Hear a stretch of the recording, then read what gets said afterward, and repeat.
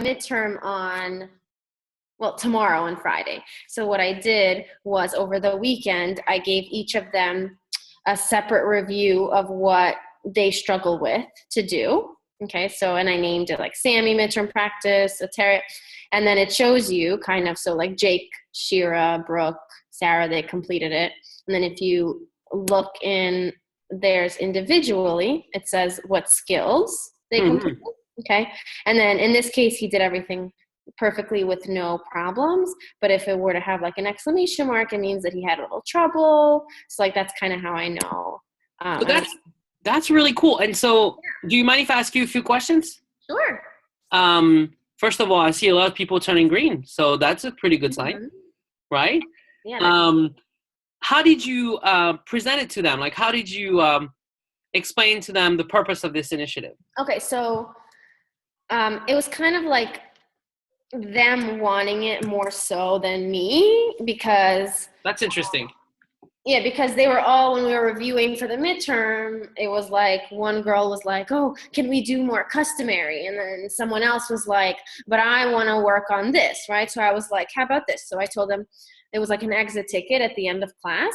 They wrote down on a sheet of paper, I said, list the top 5 or more topics that you want to practice or that you are having trouble with. And then they handed in the paper, and based on what they chose, I then said, okay, so on Braingenie tomorrow, you'll see your own little goal with all the topics that you said you wanted to study. And they were like, wow, thank you. That's so awesome. Thanks for doing that for us. Like as if I was doing them a favor, you know? This is awesome, Milana. Yeah, they loved it. This is really awesome because they feel like they have a voice. Exactly. And then they can say what the thing is, what I like, my main goal is to give them stuff that I know they need and they know they need. Whereas in this case, I didn't really, they told me what they wanted and I did it. I didn't question it. I didn't look at data or anything. So that's like the next step. But for now, like I tried it. The only thing is it does take a little bit of time. So it took like an hour, hour and a half. Because you have to compose like almost like a playlist for each of them. Exactly. And like I haven't, now I'm kind of getting the hang of what things they have, but in the beginning I wasn't sure like what they had. So then I had to open up another tab and like search different lessons and look into them to see if it's what I wanted.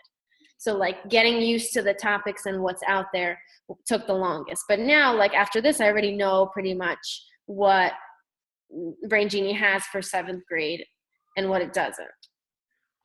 I think you're smart because even though you know that ultimately you would want to refine that sweet spot where they will be practicing something they think they need, but also something you know they need, it can be helpful sometimes to let them have a win first. Right. The way you did it and get their buy-in into the idea. And plus their practice sessions seem to have been pretty successful. So, well, first of all, kudos to you. Thank you. I would love to, if you don't mind, in your Better Lesson app, I don't think I created already, but I think I could create a Braingenie strategy reflecting your use of Braingenie right there to personalize certain learning path for them. Yeah. And one thing that could be interesting to add to the strategy, I'm recording your explanation right now. Okay. So that I can insert this video in there, kind of like Master Teacher Milana sharing. Oh, nice. And then you mentioned this little template that you gave them, or this little form that you gave them to find out what they thought they needed. Oh, I just asked to on a piece of paper to number 1 through 5 the things Because I was gonna say we could put that in there, but basically what we could do in this quick strategy and explain kind of like how you approached it with asking them what they thought they needed and then making these paths for them. And we'll put your video. Cool.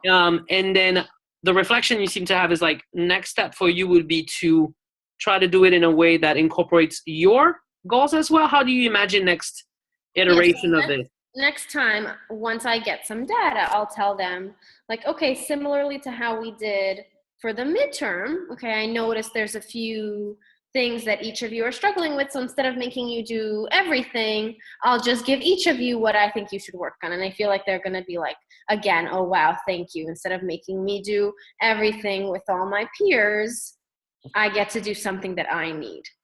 So hopefully. Yeah, I think that's a really good way to to introduce it, to use that midterm data to do that. Right. And it kind of, for me, when I hear you talk about this, I'm thinking it might also change the perspective around what a midterm is. Because it's called midterm because we're not done with that course. So what we get there shouldn't be like set in stone, final, this is who I am and what I am. It actually should be an opportunity for progress. Okay. And so I think that's a really good frame this way. Do you want to continue with Braingenie, or are you also looking for other options or easier options, or you're pretty satisfied with interface? For now, I'm satisfied because I'm not doing, so much that I need more. For now, it's good. I want to try it in grade 6, which I haven't started with them, and grade 8 they started, but I've just done basic. Okay, this is really cool.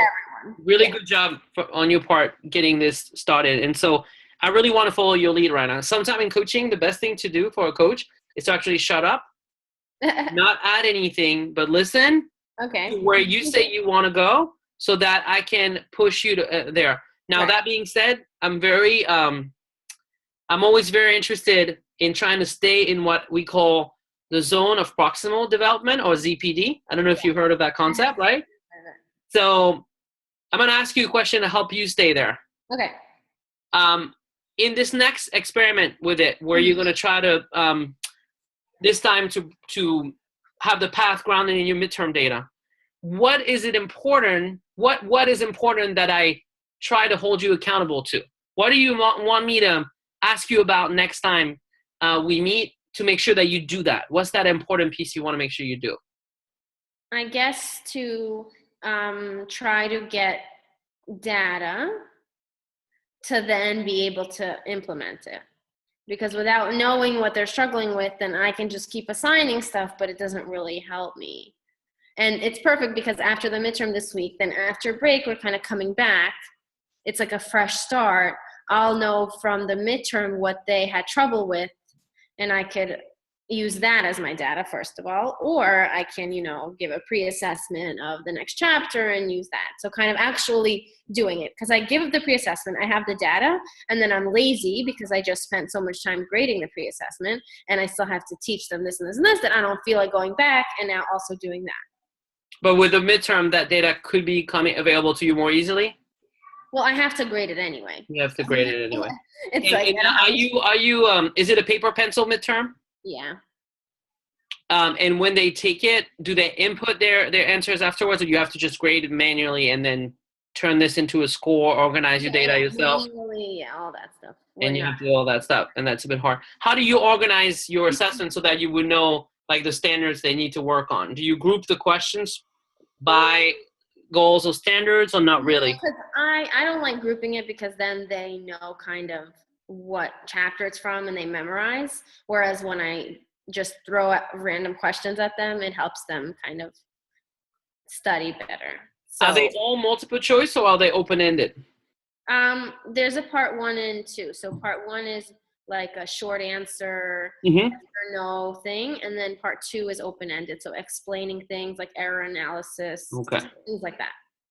So I want to make sure that I give you enough time to be able to do this, because I think you're absolutely right. I think the next step up is for you to be able to have their data and use it to do this. Right. But you're going to have your break coming up, so that might give us a bit more time in terms of our next session. Yeah. But since you're setting that goal for yourself, then I know that that's where we kind of try to push together. Have you thought about them knowing about that data, or having some kind of overview of the data organized? No, honestly. No? Okay. Because the reason why I'm thinking about that is to try to help you bridge between them telling you what they need this time, right? To next time where you are going to also prescribe certain things. One thing that could be an interesting intermediate route is, as you analyze their data, it could be interesting for them to have a document to help them break down their data. Because if they do that, what you're going to prescribe to them is going to really align very well with what they can see, what they can tell, right? So that can help.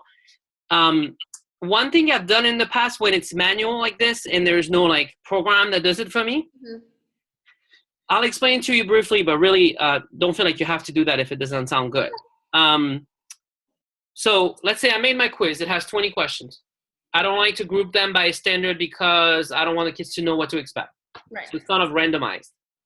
But for myself, I would make a chart with the different goals and the number of questions that go into each goal. Right. So that I could eventually organize my data myself, right?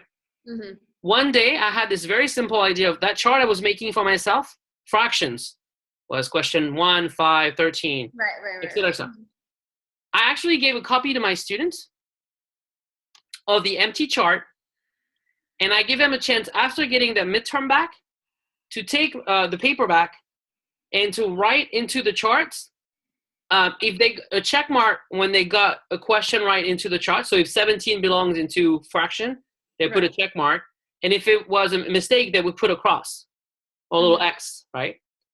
And so by the end of the activity, they themselves were able to look like goal by goal.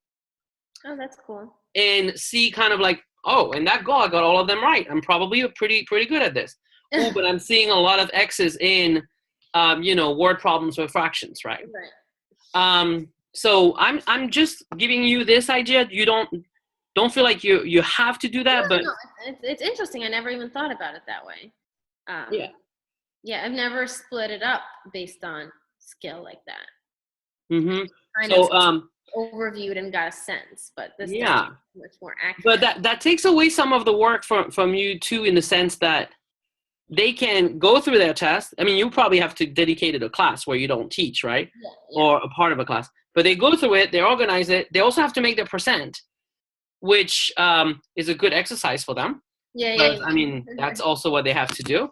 And then when they're done, they have a pretty good map, and they're almost able to tell you where they would need to go next. So if you want, and only if you want, I can send you a link of an example. Yeah, I would love that. It will be really basic, but it will show you kind of like how I used to do that. I like that idea. Okay? Yes. All right, so let's do that. And let's say next time we meet, we try to look at the next iteration of this, and then this time trying to bring your analysis of the midterm in. So let's try to find, if you don't mind stopping the screen share. Oh, it's on top, right? Yeah. Stop share. Yeah. All right, and then I can, there we go. Welcome back. How did it feel? Okay? That's so cool. That's cool, huh?